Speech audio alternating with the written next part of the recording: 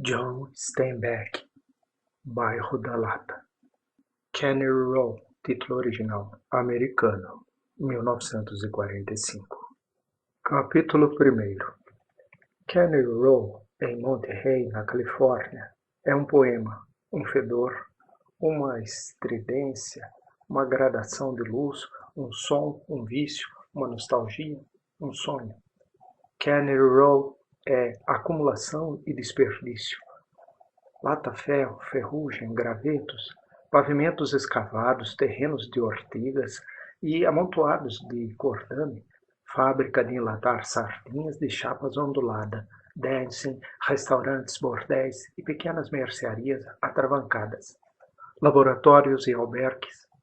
Os seus habitantes são, como disse o homem certa vez, piegas, alcoviteiras, batoteiros e filhos da mãe, com que pretendia dizer toda a gente. Tivesse o homem espreitado por outra frincha, e talvez dissesse santos e anjos, mártires e homens bons, e significaria a mesma coisa. Pela manhã, quando a frota da sardinha fez boa safra, entram as barcaças na baía a apitar, balouçando pesadamente, cheios a deitar por fora, os barcos acostam ali, onde o rabinho das fábricas mergulha na baía. A imagem é de avisada escolha, porque se as fábricas mergulhassem a boca na baía, as sardinhas enlatadas, que emergem do extremo oposto, seriam, metaforicamente, pelo menos, ainda mais repugnantes. Depois estredulam as sirenes das fábricas e em toda a vila, homens e mulheres enfiam as suas andainas e correm direto ao bairro para dar começo à faina. Automóveis reluzentes levam as classes superiores, os superintendentes, os guarda-livros, os patrões, que logo desaparecem nos escritórios. Da vila surgem italianos, chineses e polacos em torrentes, homens e mulheres de calças, casacos de borracha e aventais de oleado. Chegam correndo para limpar, cortar, lotar, cozinhar e enlatar o peixe. A rua toda rumoreja, geme, guincha, trepida, enquanto os prateados rios de peixe se escoam dos barcos, os quais vão alteando mais e mais até ficarem vazios.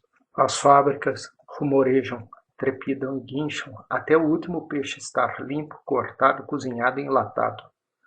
E então estridulam de novos as sirenes e os italianos, chineses, polacos, homens e mulheres a pingar, estafados, fedorentos, arrastam-se derreados pelo monte acima a caminho da vila, e Cannery Row volta a ser ele mesmo, tranquilo e encantado. A sua vida normal restabelece-se.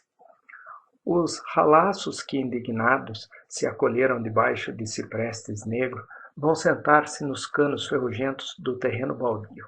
As pequenas da Dora saem em busca de um pouco de sol, se o há. O doutor emerge do laboratório biológico ocidental, atravessa a rua e vai à mercearia do Li Chong por 2 quartilhos de cerveja. Henry, o pintor, fareja qual podengo por entre a tralha no terreno das ortigas, procurando um pedaço de madeira ou de metal de que carece para o barco que está a construir. Já se infiltra a escuridão. Acende-se a luz da rua fronteira à casa da Dora. Lampião que derrama em Cannery Row permanente luar. Ao biológico ocidental chegam visitas para o doutor, e este atravessa a rua e vai a Li Chong por 5 quartilhos de cerveja. Como emprestar aqui vida ao poema, ao fedor, à estridência, à gradação da luz, à tonalidade, ao vício, ao sonho? Quando se colecionam animais marinhos, encontram-se vermes espasmados, que se dão frágeis, se torna impossível colhê-los intactos, porque ao tocar-lhes se partem e desfazem. É preciso deixar que se arrastem e deslizem por si próprios para uma lâmina e dirigi-los então cuidadosamente para dentro do frasco de água do mar. Será esse talvez o processo para escrever esse livro? Abrir a folha e deixar que as histórias deslizem para ela por si próprias. A mercearia de Li Chong, conquanto não fosse um modelo de apuro, era um milagre de fornecimento. Exígua e atravancada, mas no seu único compartimento, quem quer que podia encontrar tudo o que desejasse e do que precisava para viver e ser feliz.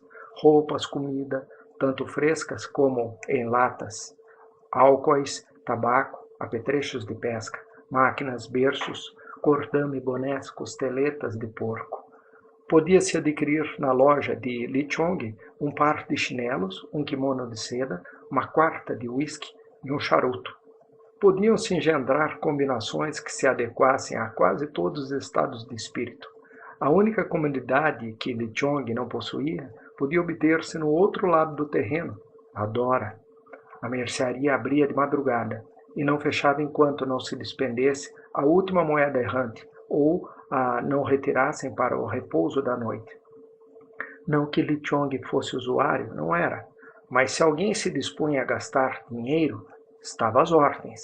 A posição de Li Chong dentro da comunidade surpreendia ele tanto quanto era susceptível de surpresas. Com o decorrer dos anos, todos em Cannery Row lhe deviam dinheiro. Nunca apertava com os fregueses, mas se a conta se tornava demasiadamente grande, cortava-lhes o crédito. Na contingência de subir o monte até a vila, o freguês geralmente pagava ou fazia o possível para isso. Li possuía uma cara bolachuda e maneiras delicadas. Falava um inglês enfático, nunca empregando a letra R durante as guerras de Tommy, na Califórnia. Encontrou-se Li uma ou outra vez com a cabeça posta a prêmio. Seguia então secretamente para São Francisco, internando-se no hospital até o perigo ter passado. O que fazia do dinheiro, nunca ninguém o soube. Talvez não chegasse a recebê-lo. Talvez a sua riqueza consistisse inteiramente em contas por pagar. Vivia bem, no entanto, e gozava do respeito de todos os vizinhos. Ia fiando aos fregueses até o crédito atingir o ridículo, por vezes fazia negócios furados, mas até esses conseguia transformar em vantagem, em boa vontade, quanto mais não fosse. Assim aconteceu com o palácio Fosse e Grill. Qualquer outro que não fosse Li Chong teria considerado a transação uma perda total. O posto de Li Chong na mercearia era por trás do balcão dos charutos. Ficava-lhe assim à esquerda a caixa registradora e à direita o aparador. Dentro do balcão de vidro estavam os charutos castanhos, os cigarros, os Bull Durham, a mistura do Duke, os Five Brothers, enquanto em prateleiras na parede por trás dele estavam quartilhos, meio quartilhos e quartas de Old Green River, Old Townhouse, Old Colonel e o favorito, Old Tennessee, mistura de uísque velho de 4 meses garantidos, muito barata e conhecida nas redondezas por Old Ten Shoes. Não era sem razão que Li Chong se interpunha entre o uísque e o freguês. Já em várias ocasiões, alguns espíritos práticos tinham tentado desviar-lhe a atenção para outros pontos da loja. Na parte restante do estabelecimento atendiam primos, sobrinhos, filhos, noras. Mas Li nunca abandonava o balcão dos charutos. O tampo de vidro constituía a sua secretária. As suas mãos, gordinhas, delicadas, descansavam sobre o vidro, com os dedinhos a agitarem-se quais salsichas irrequietas. Uma larga aliança no dedo médio da mão esquerda era sua única joia, e com ela dava pancadinhas silenciosas no tapetinho dos trocos cujos dentes de borracha há muito se encontravam gastos. Li tinha a boca grossa, benevolente, e, quando se ria, o chispar do ouro era magnânimo, cordial. Usava óculos de meia-lua, e como observava tudo através deles, recusava a cabeça para ver as coisas à distância, percentagens, descontos, contas de somar, de subtrair. Tudo executava sobre o balcão com os irrequietos dedinhos em formas de salsichas, os benévolos olhos castanhos vagueando pela loja, os dentes faiscando, sorrisos aos fregueses. Uma tarde, no seu pouso sobre uma camada de jornais destinada a conservar-lhe os pés quentes, revia ele com ironia e tristeza uma transação que efetivara nessa tarde e reefetivara mais tarde no mesmo dia. Saindo da mercearia, atravessando em diagonal o terreno baldio, tateando por entre os enormes canos ferrugentos, rejeitados pelas fábricas, encontrar-se-á um caminho entre as ervas.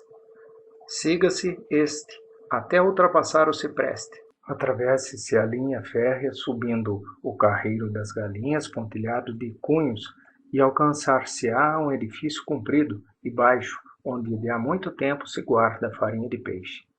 Era um barracão enorme e pertencia a um atribulado senhor chamado Horace Abbeville, que tinha 2 mulheres e 6 filhos e durante alguns anos conseguira, por meio de lamúrias e persuasão, elevar a sua dívida na mercearia a uma soma tal que não havia outra em Monterey que se lhe comparasse.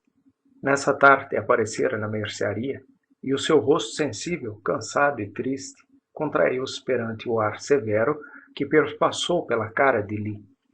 Os dedos flácidos de Lee tamborilavam no tapetinho de borracha. Horace pôs as mãos de palmas para cima sobre o balcão dos charutos e disse com simplicidade: "Creio que já lhe estou a dever uma porção de dinheiro." Os dentes de Lee faiscaram em homenagem a uma entrada tão hábil como jamais ouvira a alguém. Meneou gravemente a cabeça, mas esperou que a habilidade se desenvolvesse. Horace umedeceu os lábios com a língua em execução perfeita, de canto e canto. "Não me agrada que a situação fique suspensa sobre a cabeça dos garotos", disse. "Você, se calhar, nem um pacotinho de pastilhas de hortelã-pimenta lhes fiava?" A cara de Lee sancionou esta conclusão. "Porção de massa", disse. Horace prosseguiu. "Você conhece aquele meu terreno, para lá do carreiro, onde está a farinha de peixe?" Lee Chong meneou a cabeça. Era dele a farinha de peixe. Horace prosseguiu com gravidade. "Se eu lhe desse esse terreno, saldava a minha dívida para consigo?" Lee Chong recuou a cabeça e fitou Horace através da metade dos óculos, enquanto a sua imaginação adejava por entre cálculos e a mão direita remexia agitada no aparador. Considerou a construção, que era fraca, o terreno, que podia valorizar-se se alguma das fábricas se desenvolvesse. "Sim", disse Lee Chong. "Bem, traga lá os papéis e passo-lhe uma declaração de venda desse terreno." Horace parecia apressado. "Não precisa papel", disse Lee. "Passo o recibo de liquidação total." Concluíram a transação com dignidade e Lee Chong acrescentou-lhe um quartilho de old tennis shoes. Depois, Horace Abbeville, muito aprumado, atravessou o terreno, ultrapassou o cipreste, seguiu pelo atalho, subiu o carreiro das galinhas até a construção que fora sua e com um tiro ficou-se sobre um monte de farinha de peixe. E embora nada tenha a ver com essa história, nunca mais faltou a nenhum dos pequenos Abbeville's, fosse qual fosse a mãe, uma pastilha de hortelã-pimenta. Mas voltando àquela tarde, Horace jazia sobre a marquesa, com as agulhas de embalsamar espetadas, e as suas 2 mulheres estavam sentadas nos degraus de casa, com os braços em volta uma das outras. Permaneceram amigas até a final do enterro, após o qual dividiram as crianças e nunca mais falaram.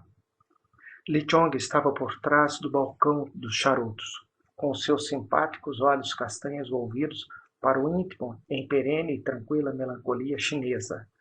Sabia não lhe ter sido possível evitar aquilo, mas desejava tê-lo sabido e tentado talvez dar-lhe remédio. Fazia parte integrante da bondade e solidariedade de Lee considerar inviolável o direito de um homem se matar. Todavia, um amigo pode às vezes tornar isso desnecessário. Lee contribuíra logo para o funeral e enviara às famílias atingidas um cesto da lavanderia com gêneros. Agora Lee Chong era senhor do edifício de Abbeville. Um bom telhado, um bom soalho, 2 janelas, uma porta. Estava, é certo, cheio até em cima de farinha de peixe, cujo cheiro era sutil e penetrante. Lee Chong considerou bom para a arrecadação de gêneros, espécie de armazém, mas após segunda reflexão desistiu. Ficava demasiado distante e qualquer pessoa podia entrar por uma janela. Tamborilava sobre o tapetinho de borracha com a aliança de ouro e considerava o problema quando a porta se abriu e Mac entrou. Mac era o mais velho, o chefe, o mentor e em certa medida o explorador de um pequeno grupo de homens que não possuíam ambições entre si, nem família, nem dinheiro, nem ambições, além das comida, da bebida e do prazer. Mas enquanto a maior parte dos homens se aniquilava na ânsia de prazer, desanimada, cai muito aquém do seu alvo. Mac e os amigos topavam com prazer por casualidade, serenamente, e absorviam-no devagar. Mac e Hazel, jovem de muita força, Ed, que ocupava o lugar de barman no Laída, Hugh e Jones, que de tempos a tempos caçavam rãs e gatos para o biológico ocidental, viviam habitualmente naqueles enormes canos ferrugentos no terreno contíguo ao de Lichong, isto é, viviam no interior dos canos quando o mau tempo a tal os obrigava. Quando estava bom tempo, ficavam no alto do terreno, à sombra do cipreste.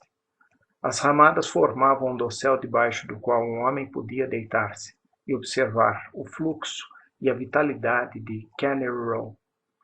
Lichong retesou-se um tudo-nada à entrada de Mac e os seus olhos percorreram rapidamente o estabelecimento a certificar-se de que o Ed, o Hazel, o Hugh ou o Jones não tinham também entrado, esgueirando-se por entre as mercadorias. Mac dispôs as cartas com fraqueza aliciante.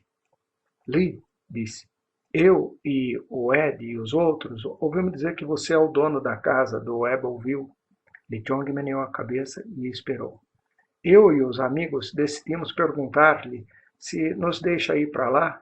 Tomávamos-lhe conta da propriedade, acrescentou, pressuroso. Ninguém deixávamos lá entrar, nem estragar coisa alguma.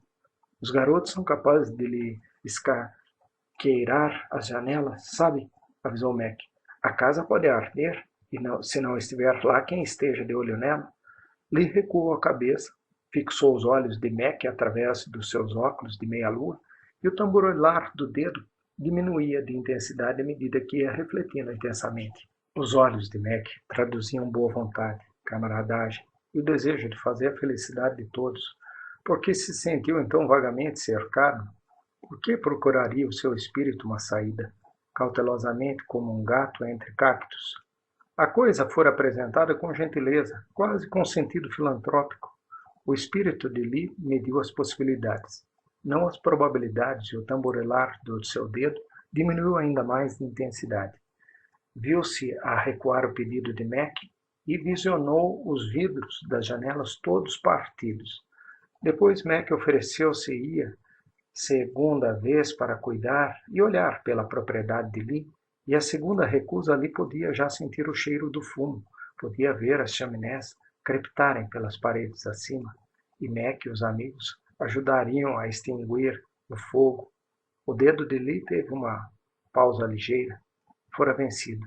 Sabíamos, só lhe restava uma probabilidade: salvar a cara, e aí era Mac suscetível de ser muito generoso.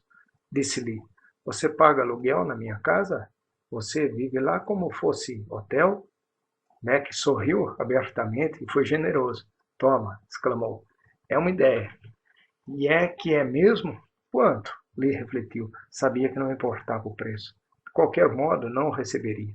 Já agora valia a pena pedir uma quantia choruda que realmente lhe limpasse a cara. $5 a semana, disse Mac. Continuou o jogo até o final. Tenho de consultar os rapazes, disse resoluto.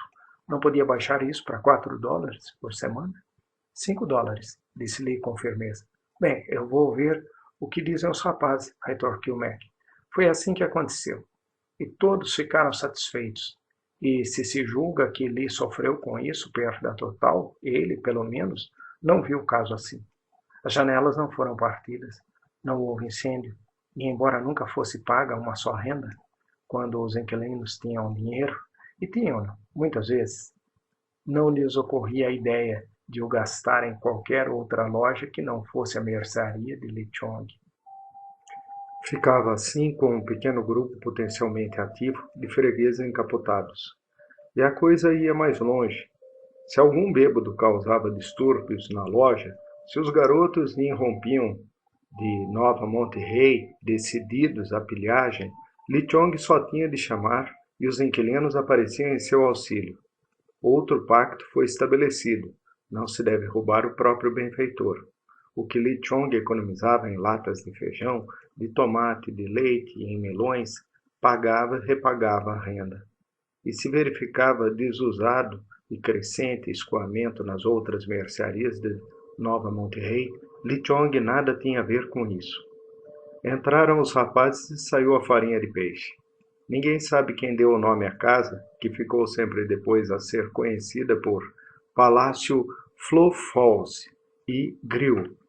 Nos canos e debaixo do ciprestre nunca houve espaço para mobília, nem para os pequenos requintes, que são não só o indicativo, mas as fronteiras da nossa civilização.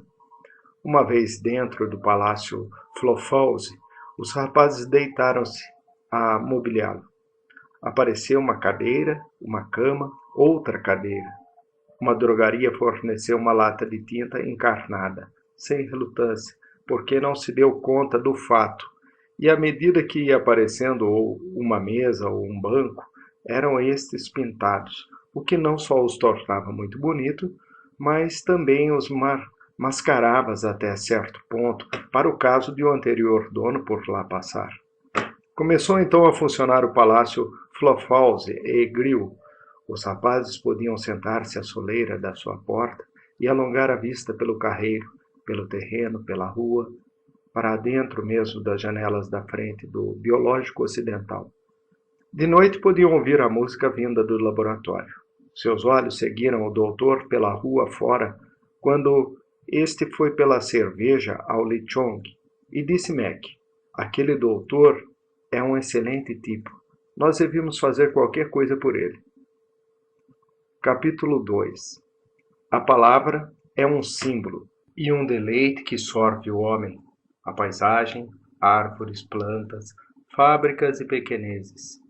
Então a coisa torna a forma de palavra e volta de novo a ser coisa, mas urdida e tecida em fantástico desenho. A palavra sorve Kenny Rowe, dirige-o, vomita-o, e o Rowe toma a cintilação do mundo verde, dos mares em que se reflete o céu. Li Chong já é mais do que um merceeiro chinês, tem de ser, talvez desnivelado na balança e sustido pelo bem. Planeta asiático preso à sua órbita pelo ímpeto de Lao Tse e desviado de Lao Tse pela forma centrífuga do aparador e da caixa registradora. Um Li Chong suspenso, volteando, rodopiando por entre mercadorias e fantasmas. Homem duro tratando-se de uma lata de feijões, homem brando tratando-se das ossadas do avô. É que Li Chong escavou a sepultura em China Point e encontrou as ossadas amarelentas, o crânio com cabelo viscoso ainda aderente. E Li empacotou cuidadosamente os ossos, fêmures e tíbias, bem direitos, o crânio ao centro, com a pelvis e a clavícula em volta, e as costelas em arco de um lado e do outro. Depois Li Chong enviou o empacotado e quebradiço avô por sobre o mar do Oriente, para que repousasse enfim no solo que os seus antepassados haviam sagrado. E Mac e os rapazes rodopiavam também nas suas órbitas. São eles a virtude, a graça, a beleza da impetuosa e amalgamada loucura de Monterey. A cósmica Monterey, onde os homens de fome e de medo destroem os estômagos na luta para se assegurarem de alimentos certos, onde os homens famintos de amor destroem em si tudo o que possuem de amorável. Mac e os rapazes são a beleza, a virtude e a graça. No mundo governado por tigres com úlceras, violentado por touros em cio recalcado, revolvido por cegos chacais, Mac e os rapazes jantam requintados com os tigres, acariciam os bezerros excitados e ajuntam as migalhas com que alimentam as gaivotas de Kenny Rowe. Pois que aproveita ao homem conquistar o mundo todo e entrar na posse daquilo que conquistou, como uma úlcera gástrica, uma próstata inflamada e bifocado? Mac e os rapazes evitam a armadilha, desconfiam do veneno, saltam por cima da laçada, enquanto uma geração de homens acorrentados, envenenados, laçados, os inventiva e apelida de inúteis, safardanas, nódoas da cidade, ladrões, malandros, pulhas. O Pai Nosso que está na natureza, que prodigaliza o dom da sobrevivência ao lobo, ao vulgar rato parto, ao partal inglês, a corriqueira mosca e a falena, deve albergar uma incomensurável ternura pelos inúteis, pelos que são os nódoas da cidade, pelos pulhas e por leque, e pelos rapazes. Virtude, graça, indolência, deleite. Pai Nosso que estais na natureza. Capítulo 3. A loja de Li Chong fica à direita do terreno vago. Por que se chama vago quando está atulhado de chaleiras velhas, canos ferrugentos, grandes touros quadrados e pilhas de latas de 5 galões? É que ninguém saberá dizer. Por trás do terreno vago fica a linha do comboio e o palácio Flophouse, mas no limite à esquerda do terreno situa-se a austera e majestosa casa de Pegas da Dora Flood, uma casa de prazer decente, passeada, honesta, recatada, onde um homem pode beber uma cerveja entre amigos. Esta não é daquelas casas baratas de pernoitar, de entrar e sair, mas um clube fixe, respeitável, edificado, mantido e sujeito à disciplina da Dora, a qual senhora e menina, nestes 50 anos, se tem feito respeitar pelas pessoas inteligentes, cultas e humanas, pelos seus dotes de tato, honestidade, caridade e certo realismo. Por esses mesmos dotes, a aldeia a intrigante e lasciva irmandade das casadas solteiras, de quem os maridos respeitam os lares, mas os não apreciam grandemente. Dora é uma mulher grande, uma avantajada mulher que tem cabelos alaranjados e uma predileção pelos vestidos de noite, verde Nilo. Mantém um estabelecimento honesto de preço único. Não vende bebidas fortes e não permite em sua casa linguagem torpe, nem altercações. Das suas pequenas, umas estão inativas devido à idade ou à doença. Porém, Dora nunca as põe de parte, embora algumas, como diz, não rendam 3 paus por mês e comam 3 refeições por dia. No momento de ternura pelo lugar, deu Dora à sua casa o nome de Restaurante Guião do Urso, e contam-se várias histórias de pessoas que foram ali pedir um sanduíche. Habitualmente, há na casa 12 raparigas, contando com as velhas, um cozinheiro grego e um homem que passa por ser o guarda, mas que desempenha toda a espécie de tarefas delicadas e perigosas. Põe termo a zangatas, expulsa bêbados, acalma histéricas, cura dores de cabeça e atende o bar. Põe pensos e feridas em contusões, passa o dia com os policiais e, como grande parte das pequenas, pertence à ciência cristã, contribui com a sua parte de leitura da ciência e saúde nas manhãs de domingo. O predecessor, homem bem equilibrado, teve mau fim, como relataremos mais adiante. Alfred, porém, saiu vitorioso do ambiente e levou o ambiente a elevar-se consigo. Ele sabe quais os homens que devem ali ir e os que não devem. Conhece mais da vida íntima dos cidadãos de Monterrey do que outro qualquer da cidade. Quanto a Dora, leva a vida atribulada. Como vai contra a lei, contra as suas regras, pelo menos, tem de acatar 2 vezes mais a lei do que o trem. Que não haja bêbados, zaragatas ou desconchavos. De contrário, fecham a casa de Dora. E, como é ilegal, Dora tem de ser particularmente filantrópica. Todos a exploram. Se a polícia organiza um baile a favor da sua caixa de pensões e toda a gente concorre com $1, Dora é obrigada a dar $50. Quando a Câmara de Comércio fez melhoramentos no seu jardim, os negociantes deram $5 cada um, mas a Dora pediram 100 e ela deu-os. Com todo o resto sucede a mesma coisa. Para a Cruz Vermelha, a Caixa Pública, os escuteiros, são os proventos sem loas, nem reclamo vergonhosamente sujos, que a Dora aufere do pecado, que vão à cabeça da lista dos donativos. mas foi por ocasião da crise que ela sofreu mais duramente. Além das habituais obras de caridade, Dora, vendo as crianças esfomeadas de Cannery Row, os pais desempregados e as mães desesperadas, pagou contas de mercearias à torto e à direita durante 2 anos e quase falia com essa maneira de proceder. As pequenas de Dora estão bem treinadas e são delicadas. Nunca se dirigem a alguém na rua ainda que ali tivesse estado na noite anterior. Antes do Alfred, o guarda atual, ocupar o lugar, deu-se uma tragédia no restaurante Guião do Urso, que penalizou toda a gente. O antigo guarda chamava-se William e era um homem moreno de aspecto solitário. De dia, tendo pouco que fazer, enfastiava-se da companhia das mulheres.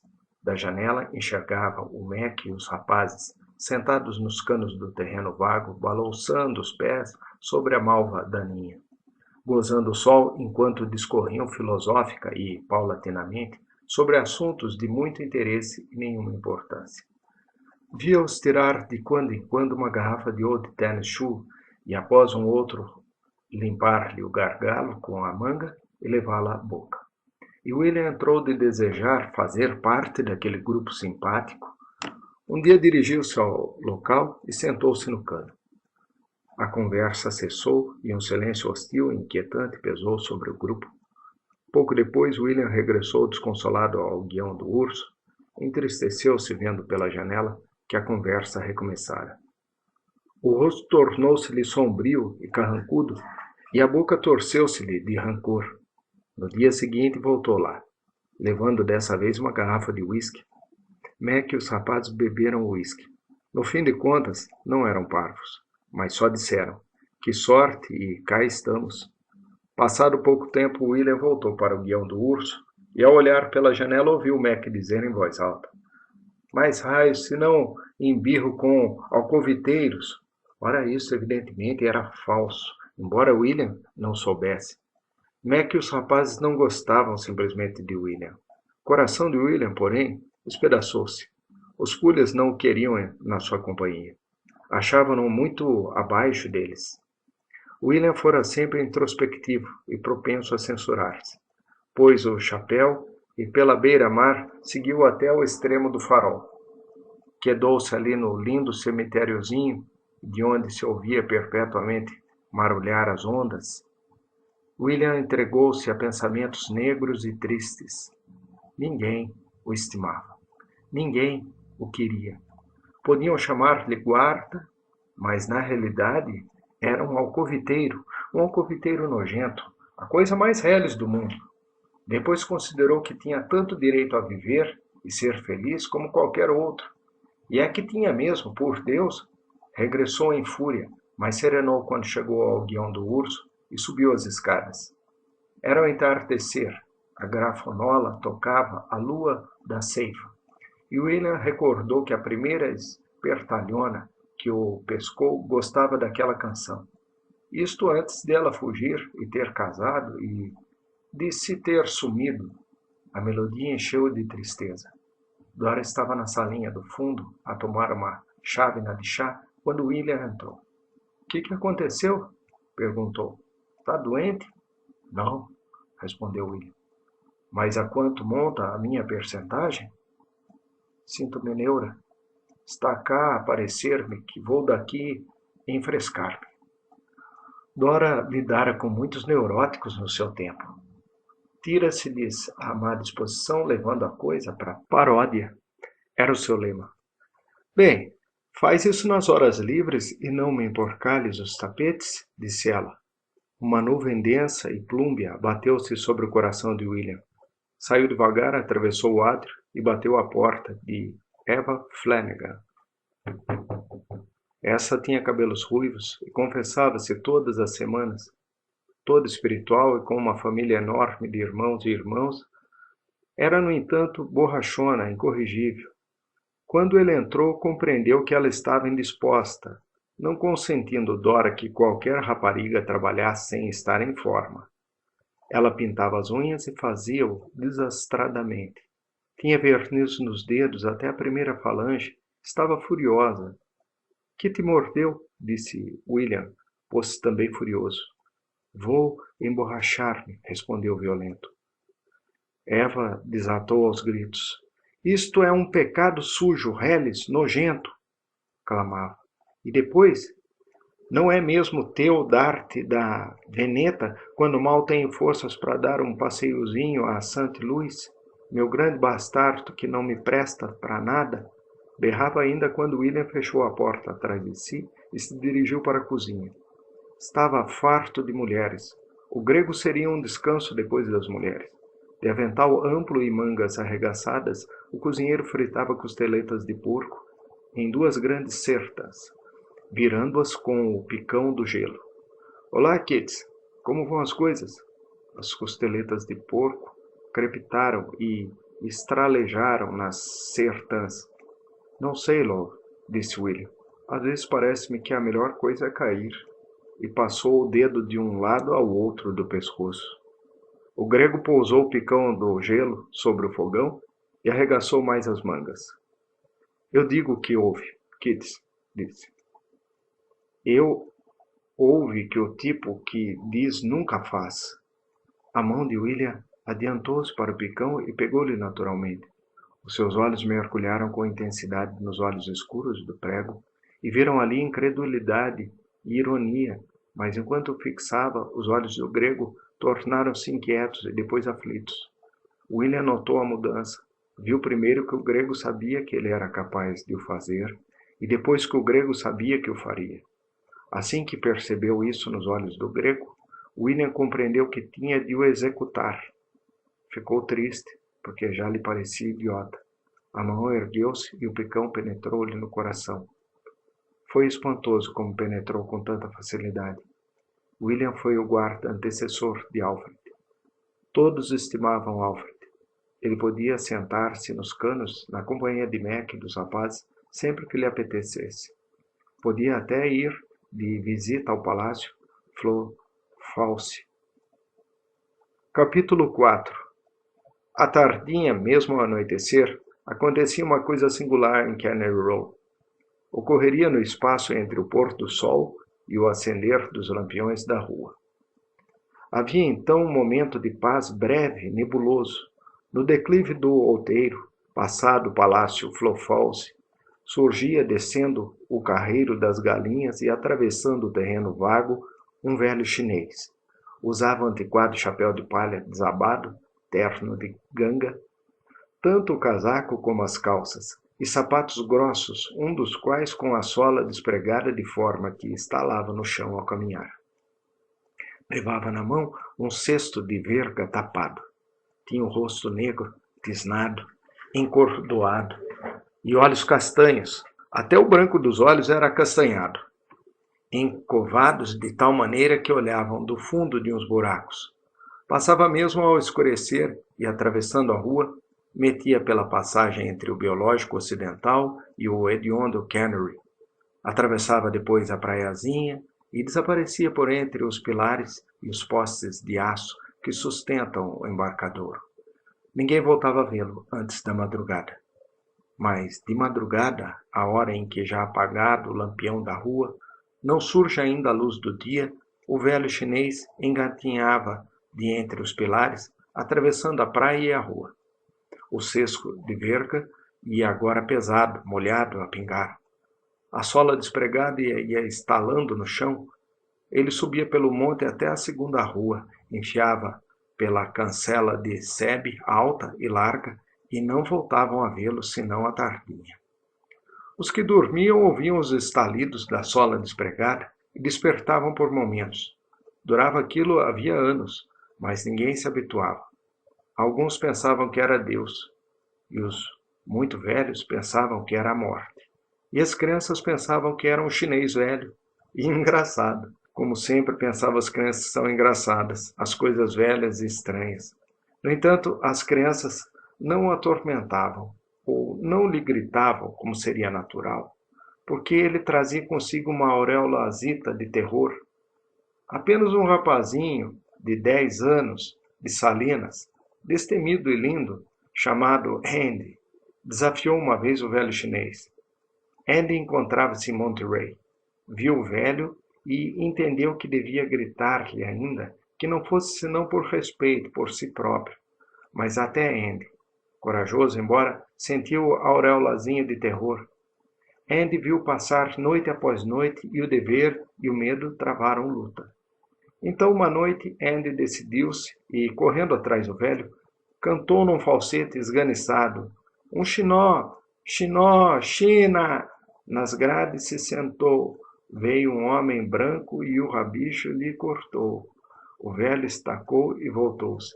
Andy parou.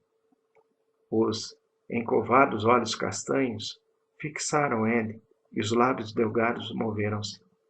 O que se passou então nunca mais foi possível a Andy explicar ou esquecer. Porque os tais olhos alargaram-se até deixar de haver chinês para ser só um olho castanho, descomunal, tão grande como uma porta de igreja. Andy olhou pela porta castanha e transparente e através dela viu um campo solitário plano ao longo de milhares, mas terminando de encontro a uma sequência de montanhas fantásticas, do feitio de cabeças de vaca, de cão, cogumelos, de barracas. Na planície uma erva grossa, rasteira. Aqui e ali pequenos diques. Em cada um desses diques estava sentado um bicho parecido com um castor. E a solidão, a fria desolação da inóspita paisagem fizeram chorar Andy, pois ninguém restava no mundo, só ele ficara. Andy cerrou os olhos para não continuar a ver. Ao abri-los encontrou-se em Caney Row e o velho chinês ia passando entre o biológico ocidental e o hediondo Caney. Foi Andy o único menino que algum dia ousou fazer isto e não reincidiu. Capítulo 5. O laboratório biológico ocidental situava-se mesmo do outro lado da rua, em frente do terreno vago. A mercearia de Lichong ficava na esquina, em diagonal à esquerda, e o restaurante Guião do Urso, pertencente a Dora, na esquina em diagonal à direita. O biológico ocidental negocia em estranhas e belas mercadorias. Vende lindos animais marinhos, esponjas, anêmonas, tunicados, estrela-sol, bivalves, bemacas, minhocas, conchas, rãs e flores vivas do mar. Tetrabrânquios e nudibrânquios, bojudos ouriços espinhosos e eriçados, caranguejos e meios, caranguejos, dragõezinhos, frenéticos camarões escuros, tão transparentes que mal protejam sombra. O biológico ocidental vende pulgões, caracóis, aranhas, cobras, cascavéis, ratos, abelhas de mel e lagartos monstros. Esses são todos para venda. Mas há, além desses, pequenos seres humanos em embrião, uns inteiros, outros reduzidos a lâminas delgadas e montadas em placas corrediças. E para os estudantes, tubarões dissecados em cujas veias e artérias foi substituído o sangue por substâncias azuis e amarelas, para se lhes poderem seguir os sistemas com um escalpelo. Há ainda gatos com as veias e artérias coloridas e rãs igualmente. Podem encomendar-se ao biológico ocidental um ser vivo, seja ele qual for, que mais tarde ou mais cedo se virá a recebê-lo. É um edifício atarracado, com frente para a rua. A cave é o armazém, com as prateleiras até ao teto, cheias de frascos que contêm animais. Tem a cave também um tanque e apetrechos para injetar e embalsamar. Vai-se depois pelo pátio dos traseiras até um alpendre coberto, elevado sobre estacas acima do mar. Aqui estão os tanques para animais mais corpulentos, os tubarões, as arraias e os polvos, cada qual no seu tanque de cimento. Do lado de fora do edifício encontra-se uma escadaria e uma porta, que dá para o escritório. Neste vê-se uma secretária atravancada de correspondência por abrir, cacifos para os arquivos e um cofre com a porta escancarada. Em certa ocasião o cofre foi fechado sem querer e ninguém sabia o segredo da fechadura. No cofre estava uma lata de sardinhas aberta e um pedaço de queijo roquefort. Antes de o fabricante ter enviado a chave do segredo, deu-se um contratempo no interior do cofre. Foi então que o doutor concebeu um sistema para quem um dia desejasse tirar vingança de algum banco. Alugue-se um cofre num banco, disse. Deixe-se lá dentro um salmão fresco inteiro e ausente-se pelo espaço de 6 meses. Depois do contratempo com o cofre, não mais foi permitido pôr ali comida. Guardava-se nos contadores dos arquivos. Por trás dos escritórios há um compartimento onde, num aquário, estão muitos animais vivos. Ali encontram-se também microscópios, lâminas, armários para drogas, caixotes de frascos, bancas de trabalho, pequenos motores, substâncias químicas. Deste quarto emana cheiros, a formalidade, estrelas do mar secas, água do mar e mentol, ácido carbônico e ácido acético. Cheiro a papel pardo de embrulho, a palha, a cordas. Cheiro a clorofórmio, a éter. Cheiro ao ozônio dos motores. Cheiro a aço puro e ao finíssimo lubrificante dos microscópicos. Cheiro a óleo da banana e a tubos de borracha. Cheiro de meias de lã a secar e a botas. O cheiro forte e acre das cobras cascavéis e o cheiro pestilento e concentrado dos ratos. Ainda pela porta do fundo, o cheiro a algas calcinadas e a borracha quando a maré está baixa e o cheiro a sal e a espuma quando sobe a maré. À esquerda, o escritório abre para uma biblioteca. As paredes desta estão forradas de estantes de livros até ao teto, caixas de panfletos separadas, livros de toda espécie, dicionários, enciclopédias, poesias, peças. Encostada à parede, uma enorme grafanola e junto dela, alinhados, centos de discos. Por baixo da janela está uma cama de pau rosa e pelas paredes e nas estantes vêm-se espalhadas reproduções de Daumier, Graham, Tiziano, Leonardo, Picasso, Dalí e George Grosz, penduradas à altura dos olhos, de maneira a poderem ser examinadas. Neste quartinho há cadeiras, bancos e a cama, claro. Já ali se reuniram 40 pessoas de uma só vez. Nas traseiras dessa biblioteca, salão de música ou o que queiram chamar-lhe, está a cozinha, um compartimento estreito com um fogão a gás, esquentador e um lavador.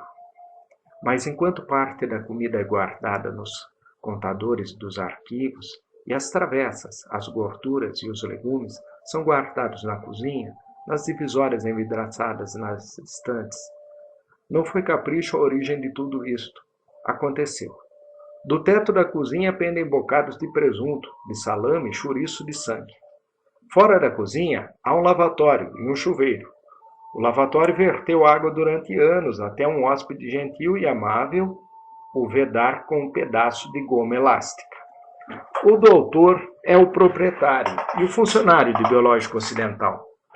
Sobre o baixo, parecendo pequeno, o doutor é rijo e forte, e quando assaltado por fúrias de mau gênio, capaz de tornar-se muito violento. O seu rosto com barbicha é meio de Cristo, meio de sátiro, e do seu rosto emana a verdade. Disse dele que tem ajudado muita moça a sair de um embaraço para a meter no outro.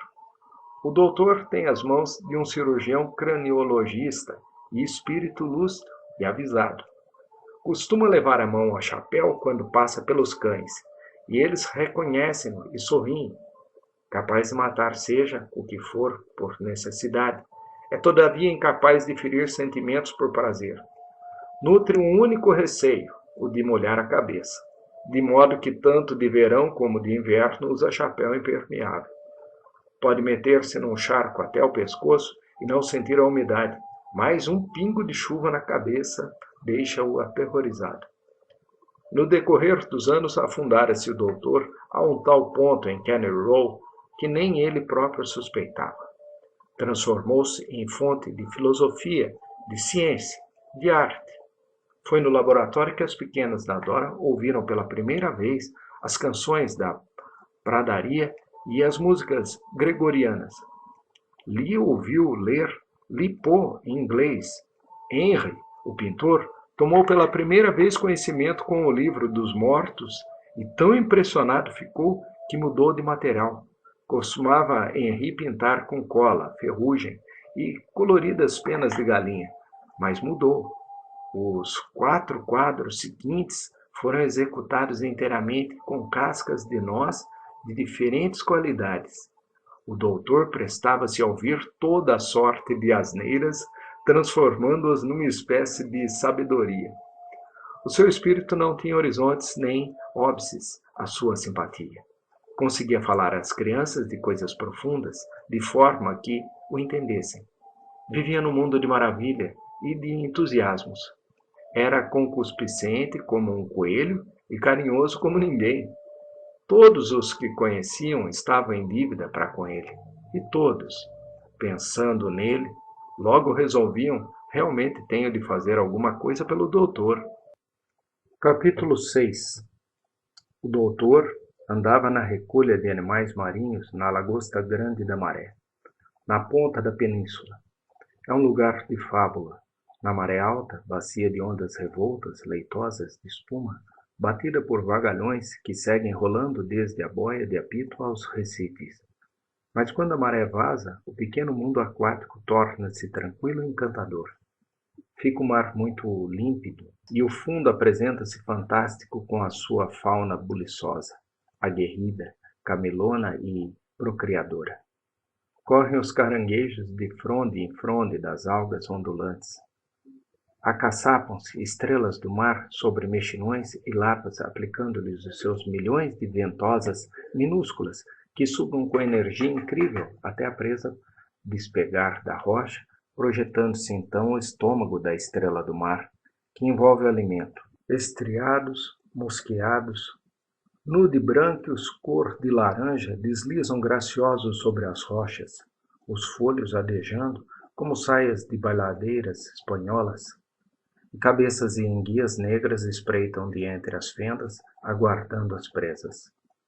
Os lagostins, em repente, dão estalidos secos com as pinças. O mundo colorido e encantador representa-se vidrado. Caranguejos eremitas, quais crianças assustadas, enfiam pelo fundo da areia. E agora descobrindo uma concha de caracol vazia, que prefere a sua, sai e, expondo por instantes o corpo flácido ao inimigo, recolhe a nova concha. Quebra-se uma onda sobre o dique e por momentos a água vidrina agita-se, provoca um borbulhar na lagoa e retoma sua limpidez, voltando a ser tranquila, fascinante, mortífera. Aqui um caranguejo arranca uma perna ao seu irmão. As anêmonas, distendendo-se como flores macias e brilhantes, convidam o bichinho cansado e resoluto a deitar-se um momento em seus braços. E quando um pequeno caranguejo aceita o convite verde e violeta, as pétalas contraem-se, as células aceradas cravam as suas agulhazinhas narcotizantes na presa, e esta logo se torna fraca e sonolenta, enquanto os ácidos cauterizantes, cáusticos, digestores, lhe vão dissolvendo o corpo. Ali o tentacular assassino, o polvo, insinua-se voluptuoso, de mansinho, movendo-se como névoa cinzenta, simulando agora um pedaço de alga, logo uma rocha, depois um bocado de carne apodrecida, enquanto seus olhos maléficos de cobra aguardam friamente. Desliza, flutua direto a um caranguejo, e conforme se aproxima, cintilam-lhe os olhos, torna-se-lhe rosado o corpo, da cor palpitante da antecipação e da gula. Corre então de súbito ligeiro nas pontas dos tentáculos, tão feroz como um gato no assalto. Avança brutal sobre o caranguejo, despende um jato de líquido negro, e o vulto em luta fica obscurecido na nuvem sépia, enquanto o polvo assassina o caranguejo. Sobre as rochas expostas gorgolejam as bermacas, por trás das suas portas cerradas, e ressecam as lapas. As moscas negras descem até as rochas para comer o que por lá encontram. Os cheiros ativos das algas, áspero dos corpos calcários e fortes da proteína, o odor, a esperma, a ova, saturam o ar. Sobre as rochas salientes, as estrelas do mar depositam sêmen e ovos de entre os seus raios. Os cheiros de vida e seiva, de morte e digestão, de putrefação e germinação enchem o ar. E a babugem salgada é arremessada do dique, onde o oceano aguarda o seu ímpeto de maré cheia que lhe permita entrar de novo na lagoa grande da maré. E no topo do Recife, a boia de apito muge como um touro triste e pachorrento. Na lagoa, o doutor e Hazel trabalham juntos. Hazel vive no palácio Fluff House com Mac e os rapazes. Recebeu Hazel o seu nome de maneira tão estapafúrdia como estapafúrdia foi desde então a sua vida. A infeliz mãe teve, em 8 anos, 7 filhos. Hazel foi o 8º, e a mãe, quando ele nasceu, estabeleceu confusão quanto ao seu sexo. Estava fraca e cansada de alimentar e vestir 7 crianças além do pai. Todos os meios possíveis tentara para fazer dinheiro. Flores de papel, cogumelos de cultivo caseiro, coelhos, negociando tanto a carne como a pele, enquanto o marido da sua cadeira de lona lhe ia ministrando todo o auxílio que os seus conselhos, argumentos e críticas podiam oferecer. Tinha ela uma tia-avó chamada Hazel, beneficiária, segundo constava, de um seguro de vida. A última criança recebeu, pois, o nome de Hazel, antes de a mãe ter compreendido que Hazel era um rapaz. Depois já ela estava habituada ao nome e não se adaptou à ideia de o mudar. Hazel cresceu, fez 4 anos de escola primária, outros 4 de reformatório e nada aprendeu em qualquer um deles. Os reformatórios destinam-se a combater o vício e o crime, porém Hazel não prestava atenção suficiente. Saiu do reformatório tão isento de vício como ignorante de frações e de divisões. Hazel gostava de ouvir falar, mas não ligava o sentido às palavras, só o tom da conversa. Fazia perguntas não para ouvir as respostas, apenas para manter a corrente. Tinha 26 anos. Era moreno, alegre, forte, prestável e leal. Acompanhava frequentemente o doutor nas suas colheitas, desempenhando-se muito bem da sua missão, uma vez inteirado do que era preciso procurar. Seus dedos conseguiam deslizar como um polvo, agarrar e prender como uma anêmona. Era firme de pés sobre as rochas escorregadias e adorava a caça. O doutor conservava no trabalho o seu chapéu impermeável e as suas botas altas, mas Hazel chafurdava de um lado para o outro de sapatos de tênis e calções de canga. Apanhavam estrelas do mar. O doutor recebera uma encomenda de 300. Hazel apanhou do fundo da lagoa uma grande estrela roxa e meteu-a no seu saco de lona, já quase cheio. — Que fazem com elas? Perguntou. — Fazem o quê? Perguntou o doutor. — Com as estrelas do mar, disse Hazel. — O senhor vende-as? Despacha uma barrica delas? Que lhes fazem os tipos? Não se pode comer. Estudam-nas, respondeu o doutor pacientemente, lembrando-se de ter já elucidado Hazel dúzias de vezes. Possuía, no entanto, o doutor um hábito mental que não conseguia modificar. Se alguém lhe perguntava qualquer coisa, o doutor entendia que era para saber a resposta. Era assim o doutor. Nunca perguntava coisa alguma, a não ser para saber, e não concebia um cérebro curioso sem o desejo de conhecimentos. Hazel, todavia, que apenas queria ouvir o som das palavras, adotara o sistema de fazer da resposta a uma pergunta base para outra. Fazia assim prolongar a conversa. — Que é que eles lhes acham para estudar? Continuou Hazel. — São só estrelas do mar. Há por aí milhões. Podia arranjar-lhes 1 milhão delas. São bichos complicados e interessantes, disse o doutor, um pouco na defensiva. Estes vão para o Oeste Central, para a Universidade do Noroeste. Hazel aplicou o seu sistema. Lá não tem estrelas do mar? Lá não há mar, disse o doutor. Ah, fez Hazel e procurou ansiosamente um gancho onde pendurasse outra pergunta. Aborrecia-o ver terminar assim uma conversa. Não era suficientemente rápido. Enquanto procurava uma pergunta, já o doutor fazia outra. Hazel embirrava com aquilo, forçava o cabelo a magicar outra pergunta E magicar era para Hazel como deambular sozinho no museu deserto. A cabeça de Hazel estava atulhada de espécimes não catalogados. Nunca se esquecia de coisa alguma, mas não se dava ao trabalho de pôr em ordem as suas recordações. Estavam todas amalgamadas como apetrechos de pesca no fundo de um bote. Anzóis, chumbos, linhas, engodos, arpões, tudo de cambulhada. O doutor prosseguiu. Como vai isso lá pelo palácio?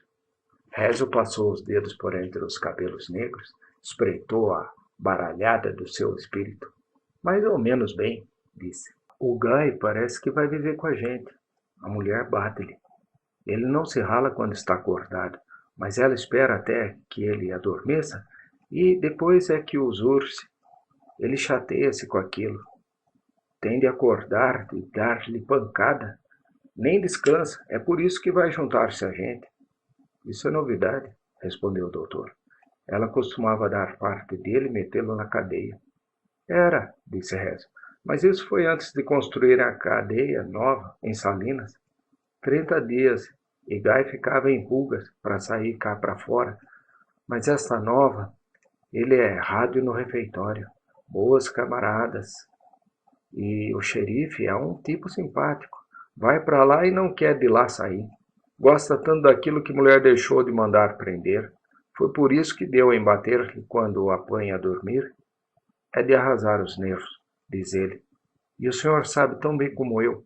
O Guy não acha piada em andar a tapona a mulher. Só faz é para se dar ao respeito. Mas está farto. Acho que agora vai viver com a gente. O doutor endireitou-se. As ondas já rebentavam contra o dique da Lagoa Grande da Maré. A maré começava a subir e já escorriam das rochas pequeninos rios. Nas bandas da boia de apito, o vento soprava fresco e de além do cabo chegava o latir das morsas. O doutor empurrou o chapéu para o cocuruto. Já temos estrelas que cheguem, disse, e prosseguiu. Olha, Hazel, sei muito bem que levas aí no fundo do saco 6 ou 7 pequenos búzios. Se formos detidos pelo guarda do defeso, vai dizer que me pertencem, que foi com minha licença, não é? Ah, com raio, exclamou Hazel. Olha, disse o doutor com brandura, imagina que recebo uma encomenda de búzios e que o guarda entende que abuso da licença de colheita. Imagina que ele se convence de que eu os como. Ah, com um raio, repetiu Hazel. Dá-se o mesmo com a junta industrial dos alcoóis. São os desconfiados, julgam sempre que bebo o álcool, pensam mesmo de toda a gente. E não bebe? Não muito, disse o doutor. A azurrapa que lhe misturam tem um gosto horrível. Me dava muito trabalho destilá-lo de novo. A mistura não é má de todo. Que é que lhe botam? Lá o doutor responder quando se deu conta de que se tratava mais uma vez do truque de Hazel. Vamos então, disse. Atirou com a sacola das estrelas do mar para o ombro. Esquecera os búzios clandestinos do fundo do saco de Hazel. Hazel seguiu engatinhando para fora da lagoa e pelo regueiro escorregadio até chão firme. Pequenos caranguejos espantadiços afastavam-se do caminho. Hazel sentiu que seria melhor cimentar a sepultura sobre a questão dos búzios. Aquele tipo, o pintor, voltou para o palácio, anunciou. Sim, disse o doutor. Pois é, não vê que ele tinha feito os nossos retratos, todos com penas de galinha, e agora diz que tem de fazê-los outra vez com casca de nozes? Diz ele que mudou o seu médium. Riu-se o doutor. Ele continua a construir o barco? Pois, disse Hazel, mudou tudo. Quer um barco de um gênero completamente diferente. Se calhar, desmancha-o todo para o transformar. Ele será pílulas. O doutor deixou descair o pesado saco das estrelas até ao chão e quedou-se um pouco ofegante. Pílulas? Indagou. Ah, sim, creio que sim. Pílulas, estamos nós todos, mas de maneira diferente. Nunca ocorrera aquilo a Hazel. Considerava-se uma cristalina lagoa de pureza e a sua vida uma embaciada vidraça de mal prendida virtude. A afirmação do doutor chocou-o sobremodo. Mas o tal barco, exclamou. Que eu saiba, há 7 anos que ele anda na construção do barco. Os moutões apodrecem-lhe, e vai ele e faz moutões de cimento. De cada vez que o tem quase pronto, faz modificações e torna a começá-lo. Cá para mim é pílulas. Seta-nos a roda de um barco. Sentado no chão, o doutor descalçava as botas de borracha. Tu não compreendes, disse com doçura. Henri adora os barcos, mas tem horror ao mar. Então, para que quer ele o barco? Inquiriu Hazel. Gosta de barcos, disse o doutor. Mas imagina que ele acaba o barco? Uma vez acabado, todos lhe vão perguntar, por que não mete na água? E se ele o lança à água, terá de ir nele, e ele odeia a água. Por isso, já vês, nunca acaba o barco para não ter de lançar a água. Hazel seguira o raciocínio até certa altura, abandonando-o, porém, antes da conclusão, e não só abandonou, mas também tentou, por qualquer meio, mudar de assunto. Achou que ele é pílulas, refletiu fracamente. Pelo solo negro onde floresciam as ervas do orvalho, rastejavam centos de carrapatas negras. Muitas delas andavam de rabo alçado. Olhe-me para todas estas carrapatas nojentas, observou Hazel, agradecido às carrapatas pela sua presença. São muito curiosas, disse o doutor. Está bem, mas por que andam elas assim de rabo pro ar? O doutor enrolou as meias de lã, meteu-as dentro das botas de borracha e tirou da algibeira peúgas lavadas e um par de sandálias leves. Não sei por que será, disse. Li bastante a respeito delas ultimamente. São bichos muito vulgares e o que mais costumam fazer é alçar o rabo. Mas em um dos livros que li faz uma única referência ao fato, nem por que razão andam assim. Hazel virou para uma das carrapatas com a ponta do seu sapato molhado de tênis e a carrapaça luzidia, desesperada, barafustando com as pernas, tentou endireitar-se. Veja lá, e assim por que lhe parece que fazem isto? Julgo que estão a rezar, respondeu o doutor. Que? Admirou-se Hazel, escandalizada. O que é extraordinário, disse o doutor.